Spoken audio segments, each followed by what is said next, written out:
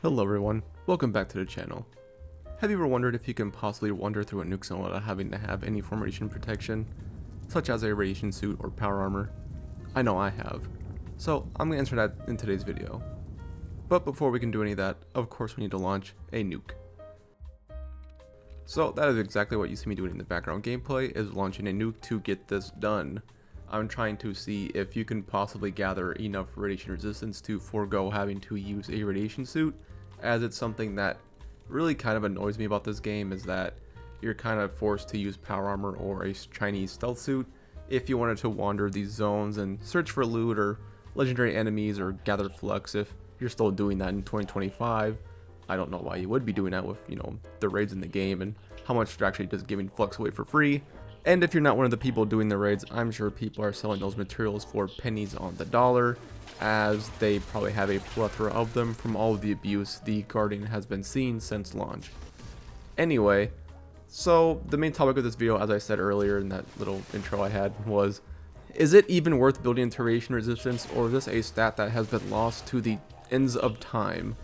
Well, I'm going to answer that in today's video by launching a nuke and then walking into that nuke zone without having a radiation suit or without having power armor on, because again, not everybody wants to wear those things. Sometimes you just want to chill with your armor that you have and just explore a little bit. So getting into the items that you are using, you want to be using Secret Service armor, as it provides the highest radiation resistance of any armor set. You will also want to have the Hazmat and Doctor's legendary effects on your armor for increased radiation resistance and increased effectiveness of radiation based items. You also want to have a lead-lined backpack and the Secret Service Under Armor, as it gives you the highest base radiation resistance. Moving on to perk cards, you want to have Radiation Resistance, of course, What Rads, and Sunkissed. Radiation Resistance is going to be changed in the next update to be working on your endurance instead of just giving you a flat stat bonus. What Rads at its max rank will give you plus 300 radiation resistance with a minus 6 rads per second, and Sunkissed will get rid of your radiation damage slowly between the hours of 6 AM and 6 PM. This does stack with What Rads, so basically doubled the radiation recovery. Looking at what kind of items you should be using that are consumables, you should be using Rad Shield, as it provides the highest radiation resistance bonus. This cannot be combined with Rad-X, so don't do that. And you want to be using the Mylar Cake with Bloodleaf, because it gives you plus 60, which is the highest bonus from a food, although you do have to be a carnivore. Moving on to the total rad resist from these items, Secret Service gives you 432, Rad Shield with Doctors gives you 375, What Rads will give you plus 300, the Lead-Lined Backpack 90, the Blood Cake will give you 60, Rad Resist plus 40, and Under Armor plus 15, totaling 1312 radiation resistance. In this clip, I am showcasing how much radiation resistance that actually is and what it looks like in the game when being hit with something that gives you a flat radiation damage like the Rad Gun. And as you can see, it is not doing very much with all the stats I have compiled and the perks actually working in the background. And just to prove the perk is working, you can see the time of day is 2:50, so it falls within that 6 AM to 6 PM time frame. Also to note, I was picking up dirty water that whole time, so I was extra plus 5 per second. So yeah. Now that I have launched my nuke over here in White Springs, let's see what happens when you step into it with the armor and the 1300 rad resist. Well, as you can probably see from the footage, you see I am taking plus 9 rads per second, which is not impressive for the amount of radiation resistance I have compiled. This is higher than a base radiation suit, and if you had that on, you'd probably be taking less than 1 radiation per second. So I don't know what is going on here. This stat seems to be broken, or it just seems to mean nothing, and that radiation protection is based on the item itself and not the stat, which is very disappointing, because that just kind of takes away one aspect of build crafting from the game, and that kind of sucks.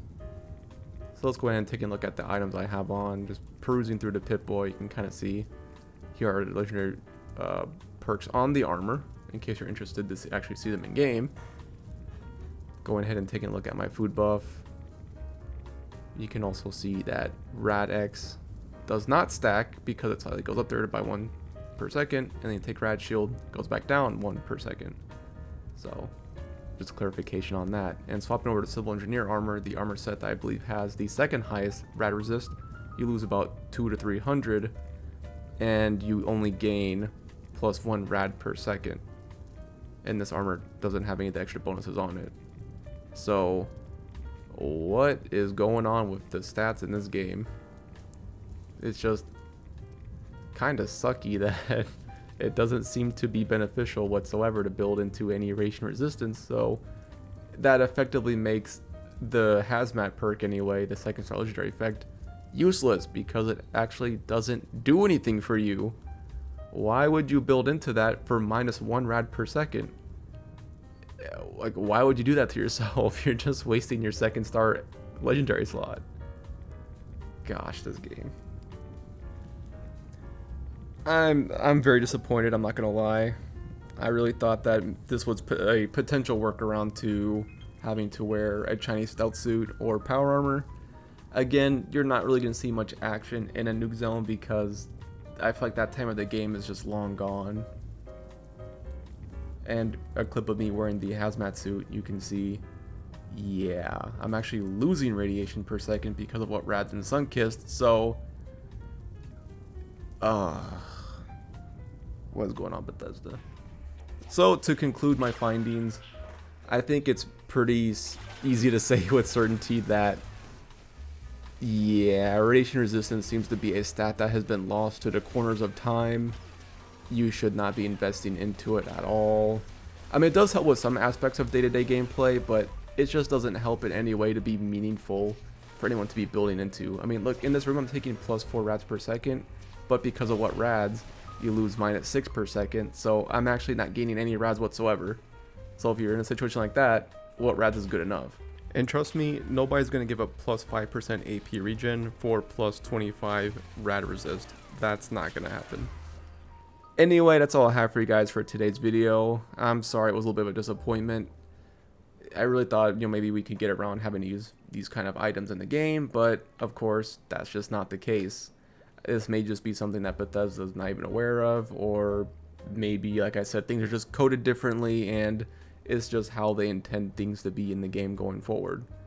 So with all that being said, I hope you guys enjoyed the video. If there's something you want me to look into, feel free to leave it down in the comments. I do have a list of things I'm going through at the moment, and this was one of the things on my list for quite a while.